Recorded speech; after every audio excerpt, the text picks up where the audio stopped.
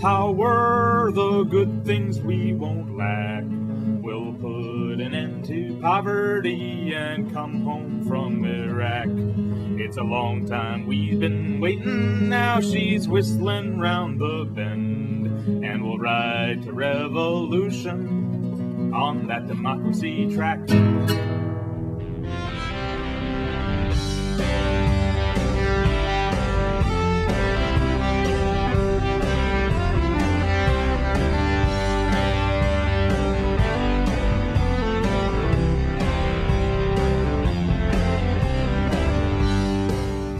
We can say precisely that the system has worked beautifully, as designed, against us, and for those who put this thing together, who were the white male property owners, who did a splendid job, a beautiful job, at protecting property, number one, and protecting their ability to influence the government. If we're going to have some kind of real significant, more than piecemealing it, then we've got to, at some point, spend some of our agenda, some of our time looking at how to rework this thing, if not rewriting this, in the spirit of the Declaration of Independence that says what? Every generation or so, we need to fundamentally start over, almost with a blank sheet of paper, and revisit this whole ball of wax, and come and allow each generation to determine for itself what is going to be the set of governing rules that is going to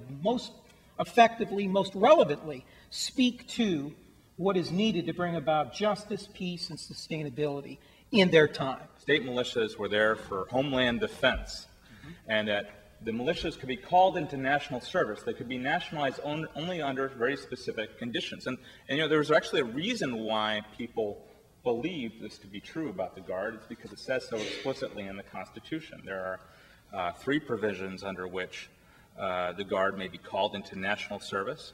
1, to repel foreign invasion. I think we met that. 2, to suppress insurrection, to get back to Greg's earlier point. They did leave that role for the militias, and they certainly were used to suppress the labor movement in the 19th century. And 3, in the case of domestic national emergency, right? Again, New Orleans, sure. Right? Iraq? No. So I think it's important to just recognize that the Constitution has undergone a kind of renewal in this case, and there's a whole history of the courts sanctioning the federalization of the Guard that really began around the turn of the century, the age of empire in which the United States really started in a rush to become the kind of global imperial power that we have now unfortunately become. And there's been a whole series of fights, the most recent of which was the fight over the nationalization of the Guard for the purposes of destroying the Sandinista government in Nicaragua. The Guard was sent down to Nicaragua as advisors, so-called, to the Contras. And there were governors of various states, Minnesota and Massachusetts most notably among them, that said, no, you know, the federal government does not have this power under the Constitution. But you know, the reason why I want to raise this is that we need to rethink originalism to a certain extent, because while it is true, and I agree with the portrayal of the original sort of founders of the Constitution as a document as being very much in the majority being antagonistic to democratic movements, it's also true that it was even so the result of a kind of a compromise, not a compromise in which working people and farmers got together in a room with the aristocrats, the former aristocrats, the new capitalists, and said, let's make a deal, but just, you know, a political compromise. They had to deal with these very insurgent, very radical movements that had actually initiated and made the revolution happen, right? And so I think the militia clause is an element of that. And of course, it's taken them several hundred years to do away with the clear text of the Constitution, the original intent, but they've succeeded in doing that. Understand what has happened in this week alone. The United States Supreme Court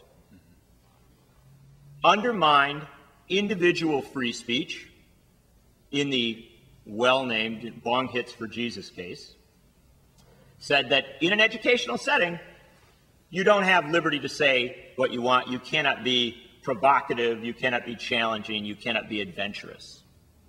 At the same time, they extended corporate speech, saying that in an election campaign, You can have no limits on your ability to buy the dialogue. And remember, that's what it's about, to create an inequality where those with the wealth to control the dialogue can do so. So in one day, the citizen lacks free speech rights. Those rights can be undermined, taken away. The corporation, not a human being, not mentioned in the Constitution, no mention of corporations whatsoever. The corporation is given the right to own the political discourse. That's one day. Then the next day, well, we roll back Brown versus Board of Education. The Supreme Court says that in an education setting, it is allowable to segregate. It is allowable to treat blacks and whites, Hispanics and whites, differently. Dramatically rolling back. We don't know how far it'll go. There's a debate on interpretation, but let's not misunderstand what that ruling was about. It opens the doorway to say separate but equal. And of course, separate but equal, never equal.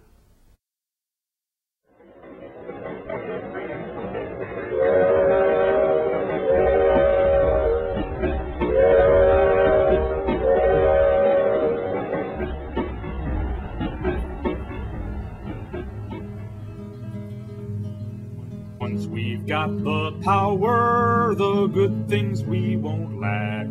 We'll put an end to poverty and come home from Iraq. It's a long time we've been waiting, now she's whistling round the bend. And we'll ride to revolution on that democracy track.